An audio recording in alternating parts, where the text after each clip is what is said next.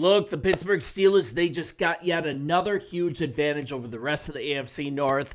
And I'm going to take a little time in this video just pointing out how absolutely fantastic Mike Tomlin is when he speaks his mind without filter. And he had the perfect reaction when asked about the Jalen Ramsey spitting incident. And you know what this does? These proceedings, I think this sticks a fork in the Cincinnati Bengals, and this is now officially a two-team race for the division. Yet another advantage for the Steelers in the AFC North, and I'm sure you heard about this, right? About Jamar Chase getting a one-game suspension for spitting on Jalen Ramsey during this last game, and this is just going to cost the Bengals dearly. Losing the top weapon before facing off with really the best team in the NFL, the New England Patriots.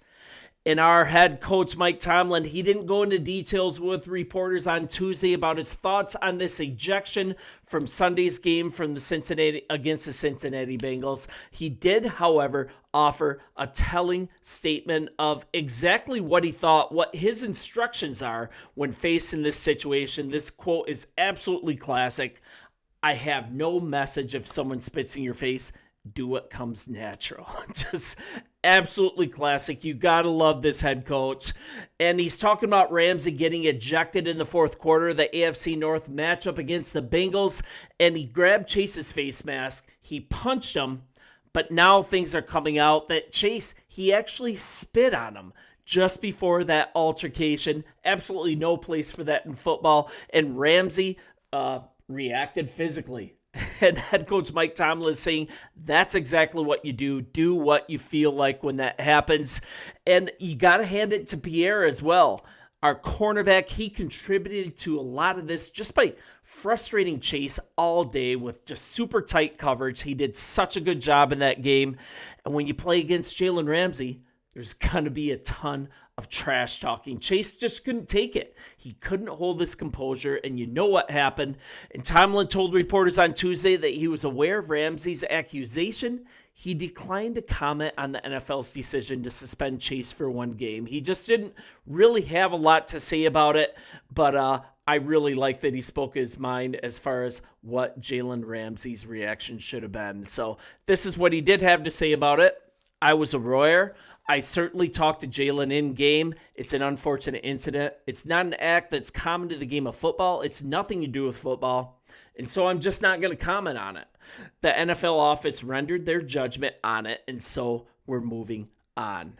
But he gave different messaging to Ramsey. I absolutely love it. He has the back of his players. I'll just say that. Now, Chase, he denied spitting, but the video evidence proved otherwise.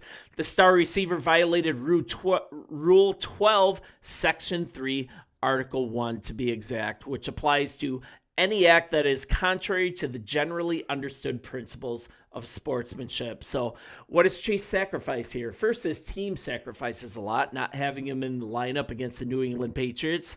Man, they're going to get killed in this game. It also costs him a lot of money. It costs him game day pay of $448. Man, that's a lot of money. $448,000, as well as $58,000 per game, his active bonus. So that's over $500,000 for one game. I hope it was worth it. It's absolutely ridiculous.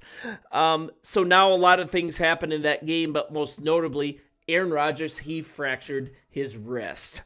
So what do? I mean, personally, I have zero issue with Mason Rudolph starting in this game. It might actually provide a more mobile option. I mean, it's something that Rodgers is totally incapable of doing at this point in his career.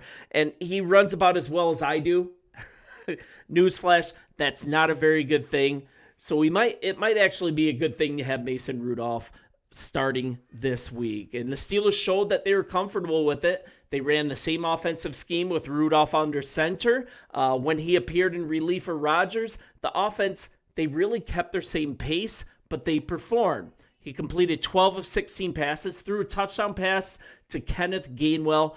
All was well. And you got to think, could Rudolph be the guy to unlock DJ Metcalf? I mean, DJ Metcalf, he's been a little sluggish. It's not really been a dream acquisition.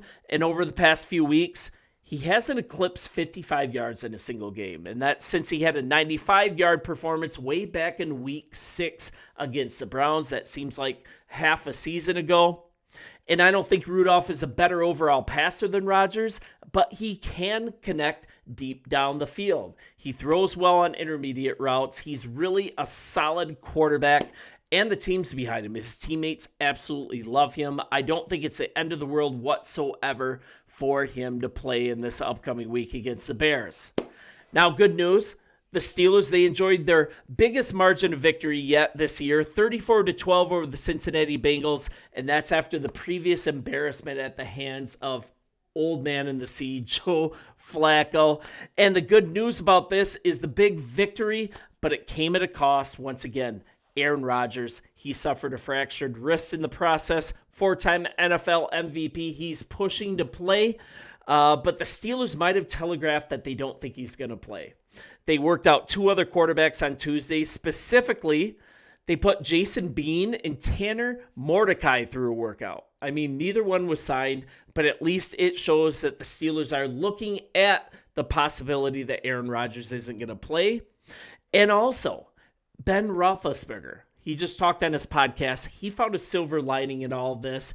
And in his latest episode of Football and Podcast, Roethlisberger, he pointed out something about rookie quarterback Will Howard. He now has a definite path to playing time. This could give Steelers fans a look into the future of what might be in store post Aaron Rodgers being on the team. So this is what Big Ben had to say.